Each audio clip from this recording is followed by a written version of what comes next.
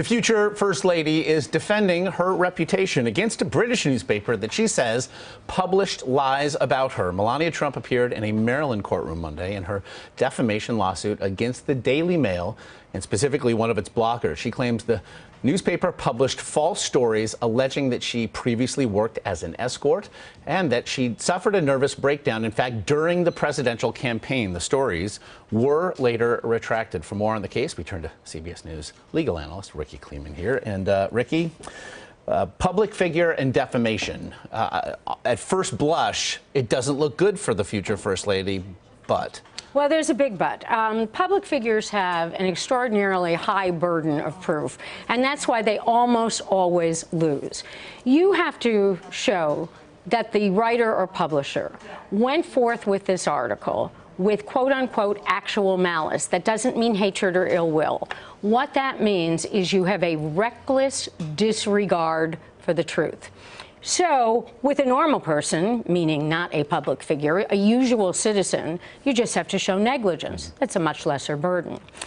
So ordinarily, I would say to you, Josh, public figure, very little chance, case may get tossed. And I can only think of one other time where I have said that a public figure has a chance of success on the merits. And in this case, I think she really very well may. You do? I do. And so it does then get to things like, how do we define this adjective, reckless? With regard to this case, the two stories that made these allegations were retracted. Will that have an impact here? Well, I think it's nice that they retracted them, and they retracted them promptly. And I'm sure if this case should ever get to a jury, that the jury would consider that they did a prompt retraction, let alone an apology. However, the damage is done in the publication. And the publication here was simply to say there are rumors out there.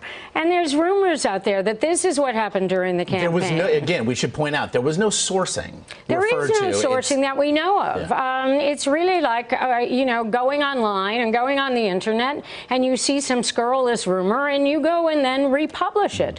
The difficulty with all of this is that, of course, the First Amendment protects reporters, writers, publishers, because it should, but it does not give them constitutional protection to say something simply that is false and something that is this inflammatory without consequences. That's what research is for. In this case, you have things that we call libel per se, and what those are is she's being accused of a crime. If she's been said to be an escort, that's being a prostitute, and also that she has a mental illness and had a nervous breakdown.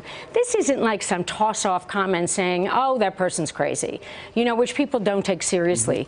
These were detailed statements meant to be taken seriously, even if they were put out there as rumors. And, well, the Daily Mail says, you can regard them with a grain of salt. I think she's hired a great lawyer.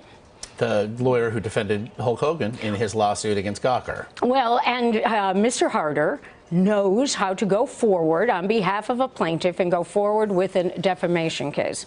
To say that all of this is in the public interest, of course the background of the future First Lady is in the public interest, but that doesn't mean you can publish untruths, let alone something at this inflammatory level. To see then this case, let's say it's not thrown out, there's no summary judgment found. The closer, essentially, this gets to a jury, the better for the future First Lady? I think so. The case is going to be done on the motion practice, meaning motions to dismiss, motions for summary judgment.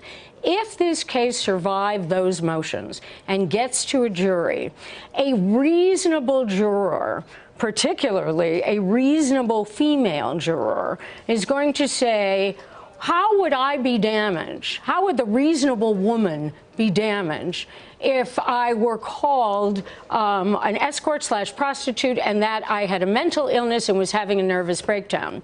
I think she could break the bank if it goes to a jury. And we should note very quickly, too, that the damage is done at the time of publication. Correct. Again, it has nothing to do with how things might sit now, nor the fact, again, that those stories were eventually retracted. Right.